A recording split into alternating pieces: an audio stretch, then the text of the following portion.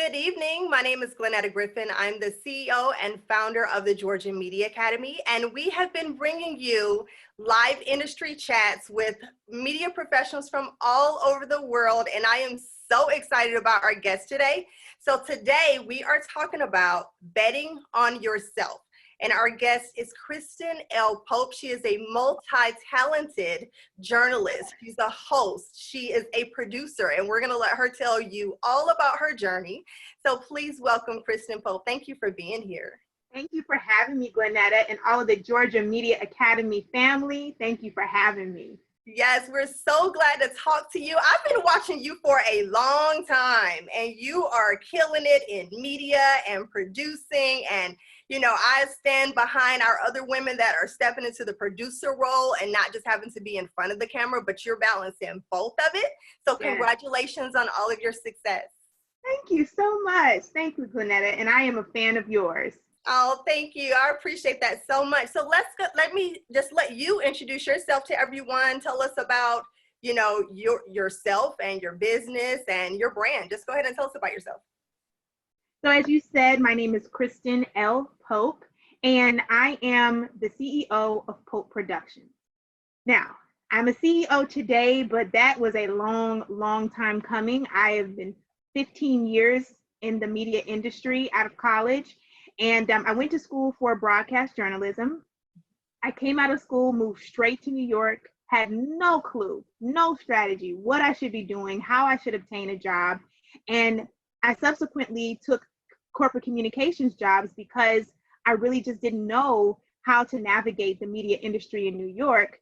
But one of the first things that I found out was that as a brand new graduate straight out of college, the chances of you getting a job on air are really slim. It's best to work your way up. And so that's what I ended up doing. I spent 5 years in jobs that were corporate communications related. And then from there, I just took a step back and said, you know what? I'm not on the path that I wanted to be on. I had been freelancing from time to time. I would do red carpet hosting, and you know, people knew, my circle knew, listen, this is what Kristen wants to do. And so they would, you know, put me in touch with the right person. And so at the time, I was building my reel, building my red carpet reel, but I still wasn't, I would say, making the space or making the dent that I wanted to get to my goal. And so I took a step back, took a TV 101 class, which was really humbling because I had a broadcast journalism degree, but you know what? I was like, I've been out of school for 5 years. Yeah. So I need to brush up. I need to humble myself and to learn again, because we see how the industry changes every 5 years. I mean, there's a new way to report, a new way to produce, a new way to shoot. So I did need to brush up on my skills, and I took this course, and the professor really took to me. And so she took me under her wing as a mentee. And from there, she helped me to rebuild my reel. And so now about 6 years out of the game, rebuild my reel. And she helped me to start to create a strategy and to apply and secure a job. And so I got my first on-air job in market 165, which is in Abilene, Texas, West Texas. I'm talking about before this, I didn't even know what a West Texas, big country, Abilene, Texas. I had never even heard of such a thing. I've never heard of it. I've never heard of it.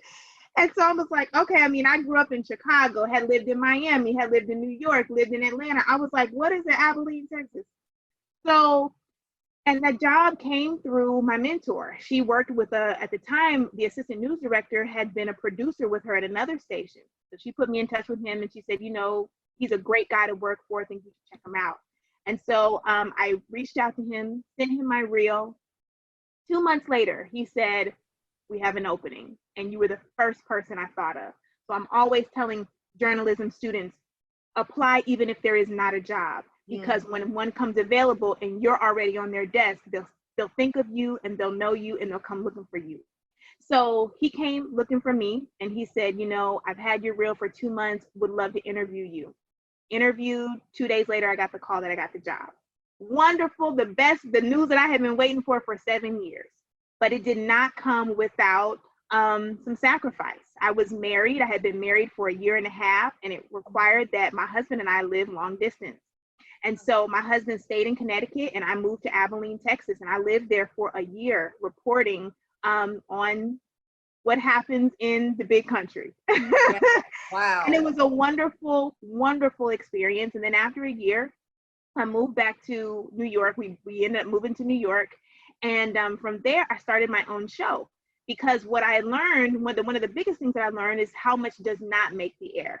And it was kind of one of those things where it's like, you need to know what you like, but knowing what you don't like is almost as important as knowing what you like. And so I got to see what doesn't make the air. And a lot of what doesn't make the air are some of the best stories, but it's because they don't get the most clicks, or it's because they're not the bloody stories. And so I created this show called The Positive Controversy to really highlight those stories. And I interviewed a ton of amazing, interesting people for 2 seasons. We released the 2nd season last year. And so from there, my show gained national acclaim. Centric TV, now it's BET Her, but my show got a write-up in Centric. I got an award by the NABJ, and from there, I then got a job in New York on air, News 12. And it was like, it had come full circle. All of the things that I had been working to and didn't really know how finally came full circle. So I reported for News 12, and my husband got a transfer that brought us here to Boston, Massachusetts. Okay. And from there, I left News 12, went to News 9 in New Hampshire, and from there, NBC Boston, which is my most recent station. And so it has been the curvy journey. For anyone who wants to know, it's been the curvy journey. It has not been a straight journey, yes, but it has been a blessed journey of experience and trying things out and experimenting, you know what I mean? And just being open to the possibilities. And so today I am the CEO of Pope Productions, and Pope Productions is a multimedia digital community and an agency which provides content production for bigger companies. We also have an on-air academy. The on-air academy is a place where I train young and aspiring journalists to get the job. I basically give them the strategy that I didn't have, so that they can be further along and not have to make some of the pitfalls that I made. Right. And I also do a ton of hosting and a ton of broadcasting. And so I just, I want to share as much as I can so that people coming behind us have a doorway, and then they have the experience and they have the knowledge and the wisdom that they need to meet their goals and reach their dreams. Yes, girl, you have said a mouthful. Like, I'm literally over here writing down notes so I can touch on some of this, because first of all, when you're talking about your show and the positives, when I left journalism, I started Positive Press PR. And it was because all of my positive stories would always get bumped because there'd be a shooting or a murder or something that would just completely override my story that I was pitching and packaging together and I was so excited about. Oh my gosh, the only time that we would really get a lot of focus on the positive stories would be like the holidays, when they're trying to get the people that are making the blankets and giving out toys, and that's it. That's the only time. The positive stories get bumped, and it hurt me. So I started a PR firm so I could focus on helping like nonprofits and all these other companies put out positive stories. I love it. I love it. Same here, girl. Yes, and so we have very similar, pathways, because my undergrad is also journalism, mass comm, and then I picked up public relations and marketing. So everything that you said is the reason why I started Georgia Media Academy, because even working in television, I would always have the young people reach out to me, and these are like postgraduates that they've graduated, they still don't have the tools that they need to get to the next level, and they graduate, and even though they've been through the whole program, they don't know which direction to go in, or they can't, now that they're out of school, they can't get an internship. They can't get help, they can't get through the door, and we know that's I'm not going to say, no, I'm going to say it. What good is it to have the degree if you can't get a foot in the door, if you can't actually get into the door? Like, what good is that?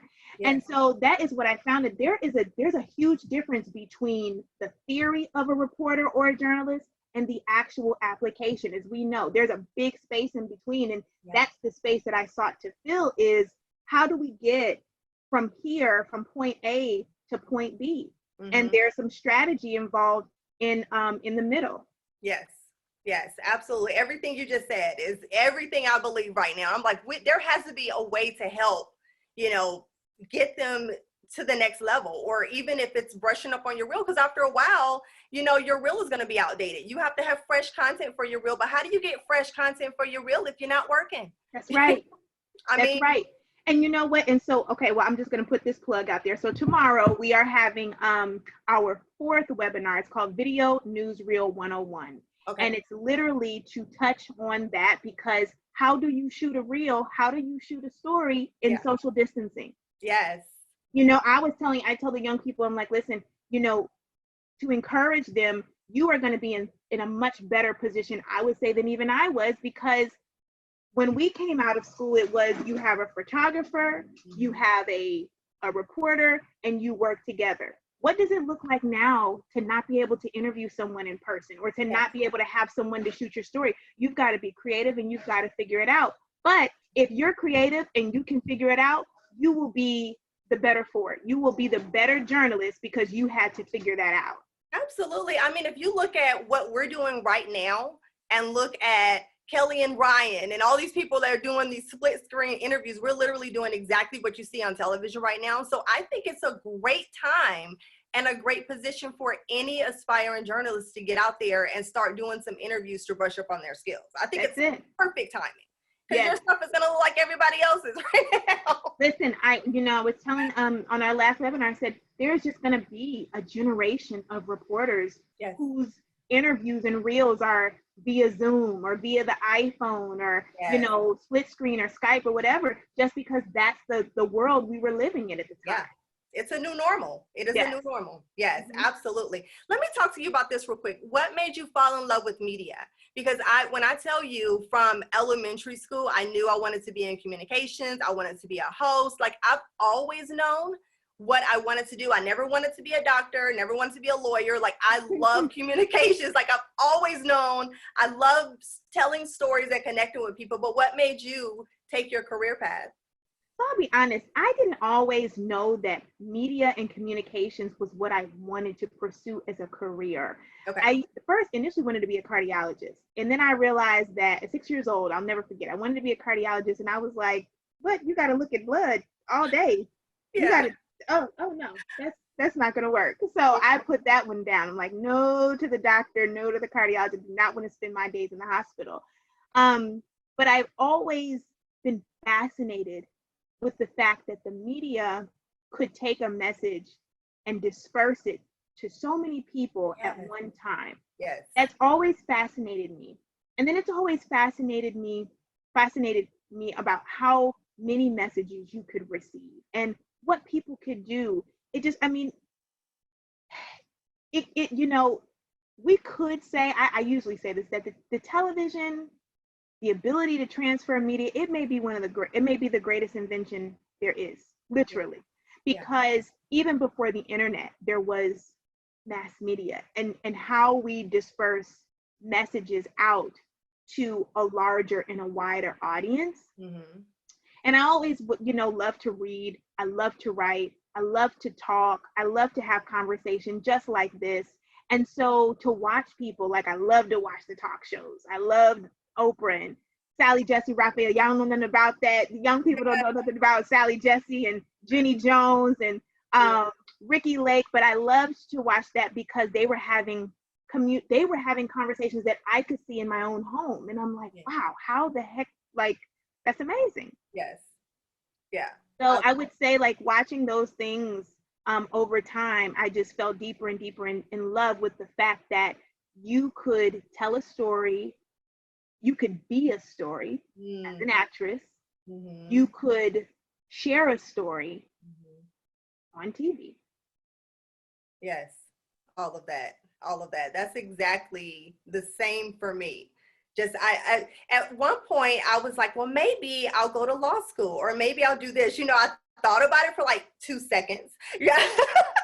And then I was like, I could just write a TV show about one. I mean, and tell a story my way. You know what I mean? There you go. Yeah. Media has changed so much, and now we're starting to see more media focus on these careers that nobody has really dug into, or really shown or put to the forefront. So we have then an opportunity now to tell stories any kind of way we want. Yes. Yeah. So I think the generation is really set up for excellence. They have way more resources than we had when, They do. yeah. They Absolutely. really do. And to your point, GlenNeta, you said something, it just escaped me, but they have more resources and they're going to be so much better equipped to tell any kind of story, any kind of way. And that, I think that's just part of the world and change and evolution. And when things like this happen, innovation just explodes. Yes. And we get to be a part of it. Yes. And we have to keep up. Yes, right? Because if you don't keep up, then the new generation comes in and just passes right over you.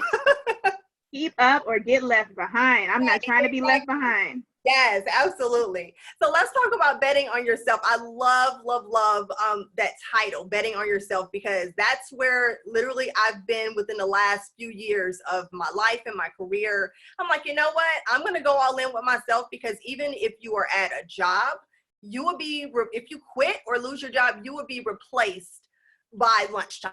You know what I mean? So at some point, you literally have to go all in with yourself, or you have to bet on yourself. So let's talk about how do you know when it's time to pivot?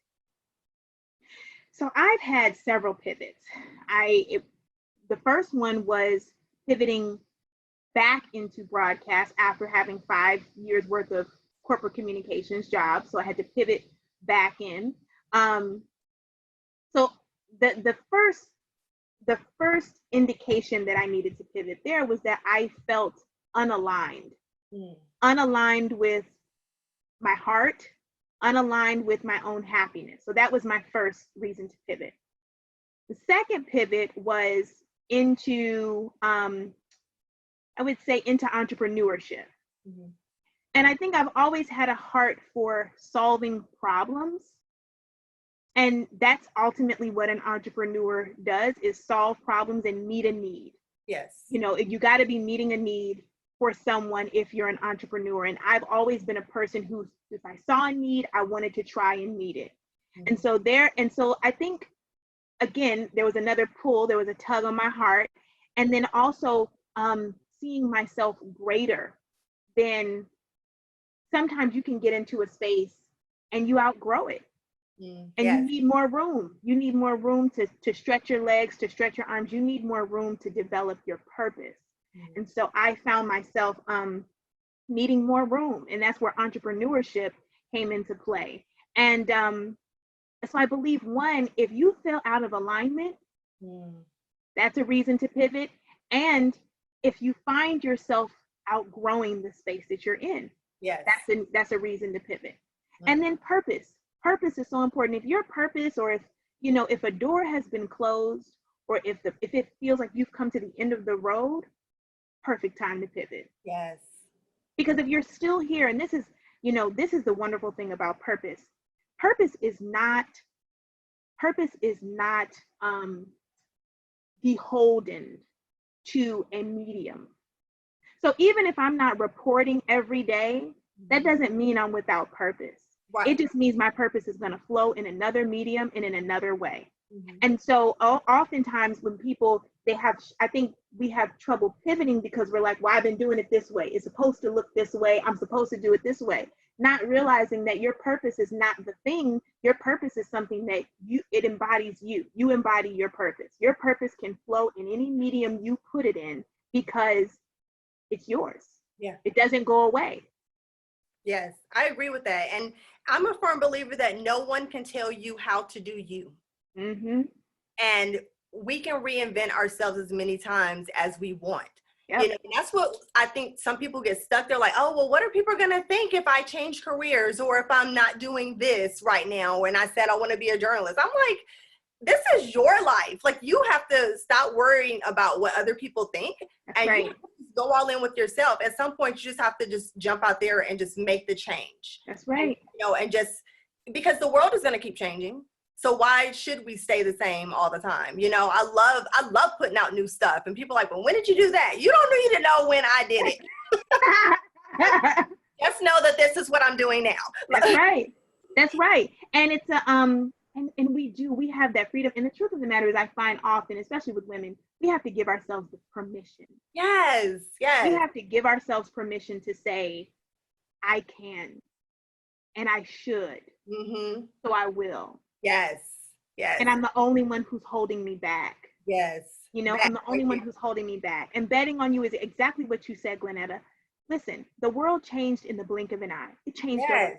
33 million people have entered the unemployment system. That means that 33 million people are either without a job or reduced job, you know, whatever happened. But the point is that somebody did what was best for them. Right. Some company did what was best for them. Still loving you, still caring for you, but they did what was best for them. And if in this moment you're not able to say, you know what, I got what's best for me. Yeah. If you're not able to do that, then that means you're beholden to that company that doesn't really have to be beholden to you.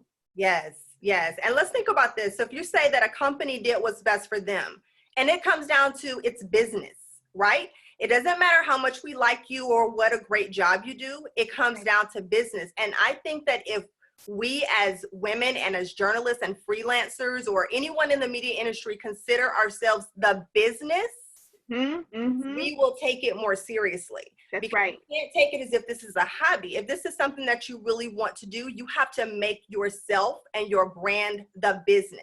That's right. And you treat yourself just like that corporation treats their company when they have to make a decision and they learn to pivot when they need to. That's right. You know, then I think we'll be in much better positions. And you're so right. The mindset of an employee versus the business, that very different. Yes. Very different. When I really went into full-blown, full-time entrepreneurship where I was the one sending the e-voices and I was the one doing my taxes and hiring the accountant, it's much different. You treat your time different. You treat your name different. Yeah. You treat everything different when you know that, you know, you are the one who holds the ducats. You are the one who's responsible for the income, and it's not dependent upon some company that you are that person. You treat it very different. And you also don't take it personal if someone says, hey, I want to go in a different direction, because you are in the mindset that, listen, business is business. Mm-hmm. Yes. And that's another reason why I always tell people, I think it's fine to have a stable income if you do work for a company and you're working in your field, but that doesn't mean that you have to let go of what you have on the side and continue building your own personal brand. Absolutely. Well, and because for that very reason, if the company decides to go in a different direction, do they then take your brand with them? Right. No. But you know what I mean? But that's a real thing for some people. If you didn't build anything outside of that, your brand belongs to them. I remember when my contract at NBC Boston ended, and it was really a tough time because it ended prematurely. I thought it was going to be extended. It wasn't. And the truth of the matter is that that was in 2018. 2019, I got more offers than I can even remember at this point. It was amazing. And it was all God. It was just abundant. But I realized that most of that stuff I couldn't have even been doing had I been at NBC Boston. Right. I didn't fully own my likeness. Yeah. I didn't fully own my brand. I just could not have. And it's not to deter anyone. It's just the truth of the matter. It was a wonderful, great full-time job, but there were still limitations. Because I worked for that company, I had limitations on my level of exposure and the kind of exposure that I could have. Right. And the truth of the matter was that this is a part of my brand and I wanted to continue to build it. And sometimes you have to make those tough choices. And so I'm grateful. I'm grateful that I had the option and the liberty to go ahead and build my brand, because now, as we see, companies do their own thing. You need to have something to stand on. Yes. Yes, absolutely. I agree with that 100%. Let's talk about transitioning between news, hosting, and entertainment, because I really want you to touch on the entertainment side too. So what are your suggestions? How do you transition between those?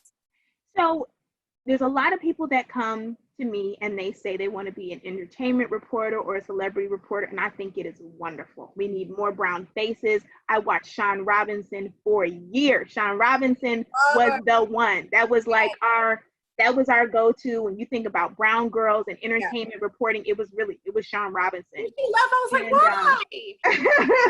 Watch it to watch you.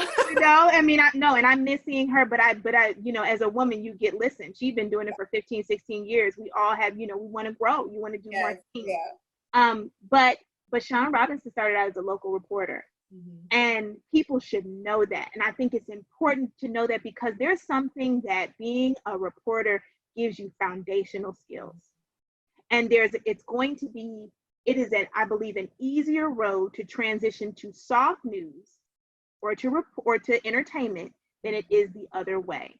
So I really had to create a hard news reel to pivot back into the news. And the reason is this: if you are looking for a job, companies are hiring for what they need.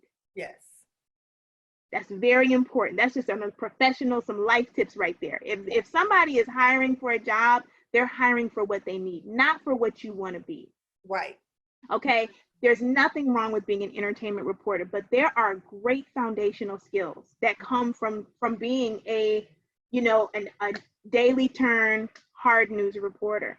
And I believe that transitioning from that into entertainment you will be so far ahead because of the skills that you have from being able, if you can talk about a murder, if you can talk about things like that, it should be so easy to talk about, the Kardashians. No shade to the Kardashians, but you will have a skill that far outmatches anybody else.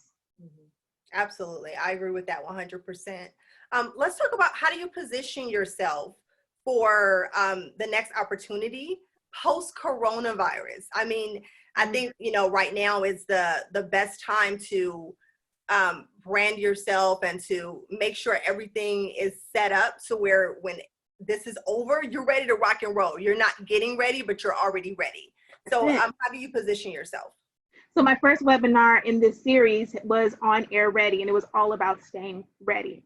And that's because when the opportunities come back online, I'm sure some of them are as the country reopens, you want to be ready. There are so many opportunities. I'm doing it myself, there are so many opportunities for improving ourselves right now. We've been given the time to, if you want to learn how to edit, and you can go to YouTube and Google. If you want to learn, Canva, people are talking about Canva. You want to learn all of these different things, you can do that right now. It's one of the reasons why we're hosting the webinar, is because this is an opportunity for you to brush up on your skills, gain some new skills. You just want to remain ready. Things are going to open back up. Jobs are going to come back online. Maybe not the exact same job. It may be a job that requires another skill. I think about some of the jobs that are going to be out there, and it's like, we should be strategizing that, like, what jobs are going to go away and not come back? And then what are those jobs that are going to continue to expand or grow even more? Or maybe the journalist field, I remember when it was just reporter, and then it became MMJ. Yes. What is MMJ? MMJ, multimedia journalist, for anyone who needs to know. But it changed over, within a couple of years, the industry just changed. You start seeing hiring, instead of for reporter, it was multimedia journalist. And so same thing, what's going to happen now? What skill are you going to need to know now that is going to sustain you based on a post-COVID world? I think that's important to know. Maybe it's your Zoom. There's things I want to learn on Zoom that I don't know. There's things I want to learn on the editing software and all of these different things. This is the time to do it. Yeah. And I think, speaking of MMJ, I think it also comes back to learning how to do it all yourself. You can't wait for, them to assign you a camera guy. You may not have someone carrying the camera for you. You may just have to learn how to run the whole show yourself to get the interview. And I think that's something that we all have to do. Like you're talking about editing and all this kind of stuff. It's that time where you have to learn how to be able to produce some things yourself. This is the business about when we talked about, evolving or basically being obsolete. Yeah. I hated, I'll be honest, when I had to learn how to be an MMJ, I hated it. And then now I'm like, I'm so grateful. I'm so grateful because it makes me less disposable. Yeah. If the industry is changing and you don't change with it, you become obsolete. Yes. And so you have to change with it. You've got to up your skills as the industry is changing. Absolutely. I agree with that 100%. Let's talk about owning your own narrative. How do you own your own narrative? You own your own narrative by not giving anyone else the power to tell your story. You own your narrative by telling your unique story. Mhm. And it's so important because if you don't tell it, someone else is going to tell it. Mhm. And you should be the one who gets to determine how that story is told. Mhm. You should be the one who gets to determine, what the outcomes are versus somebody else narrating it for you. Yes. Owning our story is so incredibly important. And right now, just knowing what that is, like being open to know what that is and just taking hold of that. Sometimes I found as an employee, I would allow other people to narrate my story. Mhm. And then I realized, you know what, as an entrepreneur, heck no, that's Right. my story to tell. It's my story to sell, Mhm. not yours. And Yeah. so we have to be bold enough to narrate our story and to own it and to tell it the way we see fit. Yes, I agree. And I've been a strong believer that if you do not tell your own story, somebody else is going to tell it for you and they're going to get it wrong. Yeah. You They're know? not going to do it with as much empathy and as much Yeah. compassion. They're going to leave out all the good parts. They're not going to tell it with the candor and the know-how that you would tell it. Yes, absolutely. I agree. So let's talk about storytelling. What makes a great storyteller? What makes a great storyteller? A great storyteller is someone who, one, keeps in mind the audience. Who are you talking to? Mhm. Somebody who tells the details that nobody else is going to tell. Yes. Somebody who knows how to take the facts and thread through, I would say, levity. Mhm. Um, I was I I was a stand-up comic for a year. Really? Oh yes, Oh, now that's interesting. I did stand-up comedy for a year. But see, that's a part of my story. That's something that Yeah. somebody else would leave out. I did stand-up comedy for a year. I hosted after I hosted a TEDx talk for, oh gosh, that thing was like 8 hours because you had 15 speakers. It was like 8 hours long. And Wow. every time we took a break, people would say, do you do stand-up comedy? And I was like, no. And they were like, you should think about it. Wow. And it kept happening throughout that day. And so I said, it took me a year. A year later, I was like, you know what? I'm just going to try and see what happens. And I got a lot of great feedback. So in Boston for a year, I did stand-up comedy. Wow. And it was awesome. But one of the things it helped me do was to tell a better story. Right. People Yeah. love to hear comedy. They love for you to, they love for you to tell a story with passion and Mhm. empathy. They love for you to own the story. They love for you to entertain. And Mhm. so I think a good storyteller does all of those things. Right. Mhm. I agree. And that comes back to my favorite genre when writing is dramedy. I love Mhm. dramatic comedies because I love how you can have all of these things going wrong in your life and you can still add a little comedy or a little comedic relief in there that can kind of, help lighten the load because sometimes you just have to laugh through the pain. Right. I mean, yeah, so I think that's great. And I'm sure that was a great experience to add, to make you a much more diverse storyteller. It was like my personal master's course. It was Yeah. like it was a personal master's in how to be a storyteller, how to grab people's attention, how to Mhm. keep their attention, how to tell the most important things, how Yeah. to not drone on, how to be concise, how to Mhm. use my body. That was great. Wow, that's awesome. I love that. I love everything about that. Let's talk about suggestions for freelancing.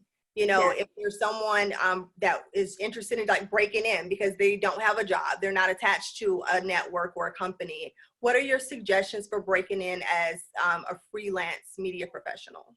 So my first suggestion is to do whatever it is that you're looking for someone to hire you to do. That's good. People hire people. I'm gonna just be honest, and you know what? Sometimes it's tough. There are places that will train you, but there's so many resources now to even scrape the surface that most people hire people for the jobs that they're already doing. Yes. That's the truth. And so one of the things that I did is that I really created a role for myself. Mhm. Somebody would say, listen, there's a red carpet event happening. We'd love for you to come host it. Bam, I'm there. Yeah. Yeah. Someone would say, there's this story, there's a conference that's happening. We would love for you to come and interview the people. My first opportunity, my husband was my cameraman. Oh, girl, my husband, my son's trained, everybody in this house. Okay. My husband, the financier, Yeah. who trades on the markets all day for a living, Yeah. was my first cameraman. Mhm. And that is just what we did in order to make it work, in order to do the job that was being asked, in order to get the footage to put a reel together. And so the first thing I would say is get out there and do what it is that you are looking to do. Yes. You can research what it looks like to shoot a story. You can research what it looks like to do a red carpet interview. You can research all of that stuff. Mhm. You can Yeah. research all of it. Yeah. Yeah, and the best way to do it is to do it. The best way to do it is to do it. You can take classes all day long, but being able to get in front of that camera and actually do the job is where you learn the job. That's it. You know, I tell people that all the time, you just got to get out there and do it. You have to do what scares you the most. And if Yes. in front of that camera and building that confidence on camera is what scares you, then you need to do it more. And this is one of those jobs where you do learn by doing. Yeah. That's the only way you get better is through actual practice. Yes. Yes, Mhm. absolutely. If you guys have a question, please put it in the Q&A or the chat room at the bottom, and we're going to go ahead and start wrapping up and get all of your questions answered. So let's talk really quick about, so you talked about creating opportunities. Let's talk more about your own creations as a producer, because you still have that hat over here too, and I want to know more about you as the producer. So I am a producer of video, so as well as I would say content. Okay. So content production, little bit different to me. The show, The Positive Controversy, I was an executive producer on that. So I helped to, really each and every facet of the show I was involved in, from talent to the finances to hiring the crew, to the scripts. Every part of that show I was involved in. And that was extremely helpful for me to see how to put a whole television show together, and also to see all of the facets that go into that, all of the elements. That was extremely helpful. And then as a content producer, I would say where that is concerned, producers make a lot of decisions. They make a lot of the decisions, and they oversee a lot. And I think it's important to see both sides. I've been used to being talent. I was trained to be talent, but I think it's also important. I think you're a better talent if you know the behind the scenes, if you know what has to go into and what part you play. The producer tends to see every part. They oversee all of everything. And so I remember learning how to produce a television newscast. You become a much more empathetic reporter when you can produce a television newscast, because then you know, oh, these are how all the pieces go. And you remember, as I heard an actor say on a podcast, you know, you're just one piece, part of the puzzle. You're not the whole puzzle, you're just one piece of it. But if you can know, I think, the producing side of it, you'll have a better understanding of every other piece of the puzzle. Absolutely. And how they work together. Yes, I agree with that. And I think people also, when they hear producer, because there's so many different types of producers, Mm-hmm. I always get the big question, what is a producer? Like, everybody wants to be a producer, but they don't really know what a producer does. Right. And I tell them the quickest answer is they get the job done by any means necessary. Mm-hmm. Like, honestly, your job is to produce this show, and you literally have to do whatever it takes to get this show made. Whatever it takes. Whatever it takes. And I think that's why producers end up taking on so many different things, because it all comes down, whether it's the finances, the schedule, the logistics of the show, the topic. I mean, everything comes down to the producer. So that's right. Yeah, absolutely. Donnie said he did not have any comments, but he wanted to say thank you. He's in your on-air academy. So Donnie. Hey, Donnie, welcome. I love this young man is going so far.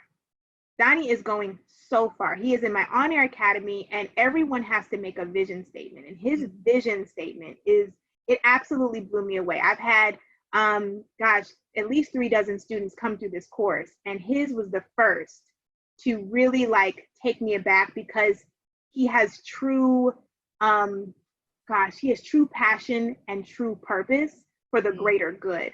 So Donnie, yo, you are inspiring me. God bless you. I'm so grateful, and I'm gonna be one of those ones who say, I knew him when. He was great way back when. Y'all just finding out, I knew him when. Donnie, you're a rock star. Thank you for what you're doing, and I'm so excited for what you're gonna bring to our industry as well. Yes.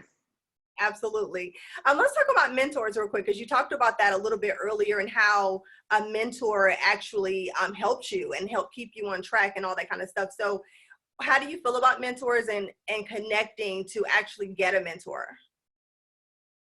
I can't say enough about the importance of a mentor. It's the reason why I created the On Air Academy. Because, and I'm just going to keep it all the way 100, especially for brown people. We don't always have the sponsorship. We don't always have the mentorship. We don't always have the relationship and the open doors to get ourselves through. We don't always know the things that they don't tell you. Yes. The behind the scenes conversation, the unwritten rules. We don't always know that. And because of that, it's one of the reasons why I didn't have a strategy when I got to New York, because there's a lot of unwritten rules. There was no one, I didn't have a mentor, a specific mentor to television journalism. And that's important. I've had mentors before, life mentors, spiritual mentors. But if you're going to go into a role, or you're going to go into a job, you really need to be mentored by someone who's already done it, someone who's already been there. You need to be mentored by that person. Yes. And so it is hugely, hugely important, because what could take you 6 months could end up taking you 6 years, because you're walking around in the dark trying to figure it out for yourself.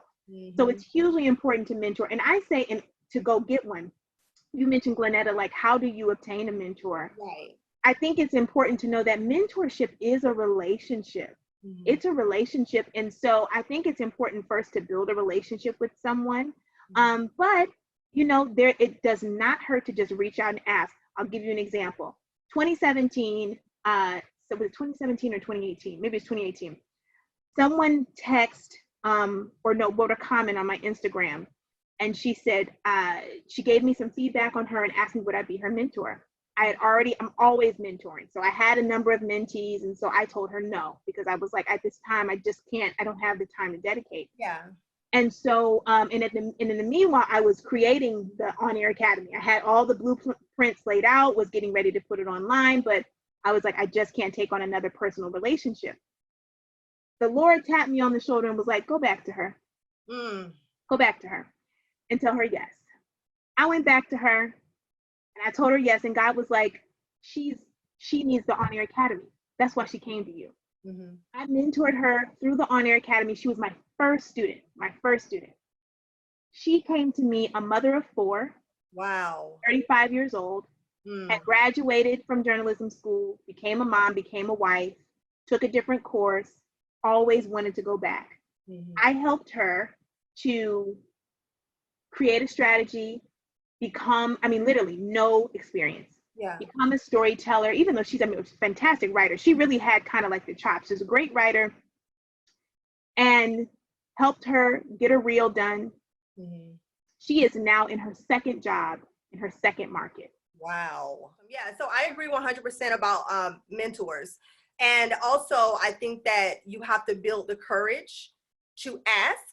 And if you get rejected, you can't let that stop you. No. And I think I think of the media industry, just as the entertainment industry, where it's a relationship business as well. You have to be prepared. That means you have to have your reel together. You got to have your resume together, your headshots and all that other stuff. But you also have to be ready. Like, if you get with a mentor or ready to pitch yourself, you still have to have those things ready. Yes. So there's still some things that you have to do on your own to be ready when you reach out to someone, because they're not going to do everything for you. They're there to get you to the next level. That's right. You got to do the work yourself. 150%. And the truth of the matter is, mentors really want to work with people who are already self-motivated. Yeah. You want to work with someone who's self-motivated and willing to do the work. If the person is not at least willing to do the work, like exactly what you said, I'm not here to do the work for you. I'm here to help guide you in the direction in which you should go. But Yeah. you still have to do the work. We all have to do our work. Absolutely. And I'm going to go with our last question. So right now during this pandemic, what can an aspiring media professional or journalist do to stand out from the rest? Tell a creative story. Tell a creative story. Shoot a creative story. Yes. A young lady named Jade Jackson is going to she's going to be the instructor and the presenter for my next webinar, my next on-air webinar, which is on Thursday. She did a phenomenal story that she had to do all self-contained. She did a Blue Cross Blue Shield story that she shot from her cell phone, had to put herself into it. She wasn't able to interview anyone live. And I was just beside myself, because I'm like, this is what it looks like. This is what it looks like to tell a creative story during COVID-19 in social distancing. You got to get creative. That is how you stand out. Yes. Yeah. You definitely have to be creative. I agree with that 100%. Before we wrap up, I'm going to give you a chance to plug how to stay connected with you. But what I do want you to do is just plug something for women. And I don't end anything that I do without it, because I'm a working mom. I'm a wife. I have 3 kids. I've literally built my entire career with a family.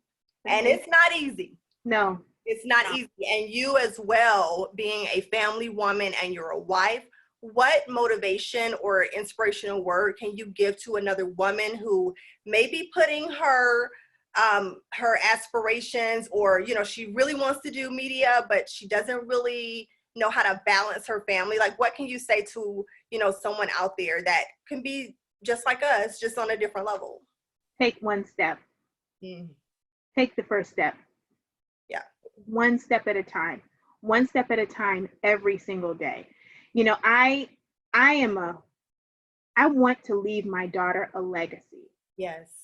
I want for her to know that her dreams mattered, that she was one of my dreams, and I saw that through, but she wasn't my only dream. Yeah. She wasn't my only dream. And I want for her, I think that the way to show someone how to follow their dreams is to model it for them. Yes. I think people learn by seeing, and they learn by example. And there's only, you know, I think it would be challenging to demonstrate to someone how to follow their dreams if you don't show them. Yes. And so I want to demonstrate to my daughter how important she is to me, and how important it is that she follow her dreams, and that I will support her in her dreams because I had the courage and the boldness to go after mine. Absolutely. Absolutely. And I'm a firm believer that sometimes you have to show them that it can actually be done. Yes. You know, and I don't believe that we have to choose between our families and our careers, especially in this day and age where, you know, if you are able to have a family and your career, like, you're killing it. You know, you just have to show people that you can balance it both. I don't think it's easy, or it will be easy for you. It's actually going to be more challenging, but it can be done.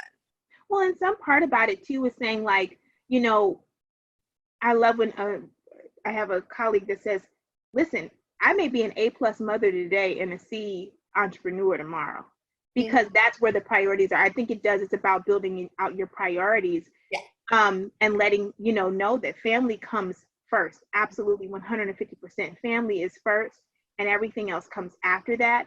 But I think today it matters that we model for our children what it looks like. I want to be able to encourage my daughter in her dreams, and the only way that I can do that is if I'm living it. Yes, absolutely. I agree with that. You know, so I have to live what I preach, so that I can give that back to her and really cheer her on, and know, like, no, it is possible. If you take one step and then another step every single day, you're going to arrive at your destination. Yep. And the only way you won't arrive is if you quit. That's it. Yep. I agree with that 100%. Tell us how to stay connected to you.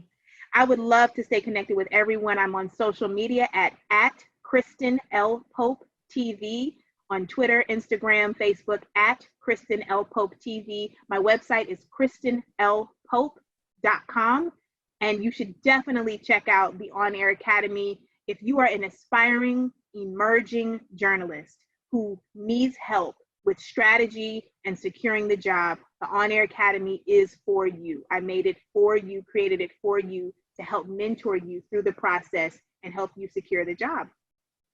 Awesome. Thank you so much for that. I've enjoyed talking to you so much. This has been great, GlenNeta. I mean, really. Like, you inspired me. Like, I'm just ready to get to the next level too. But I love watching you and all that you do. I love everything that you bring to our industry. So keep rocking, keep doing what you're doing, because people are watching you and they need you. Thank you. Thank you so much. And same here.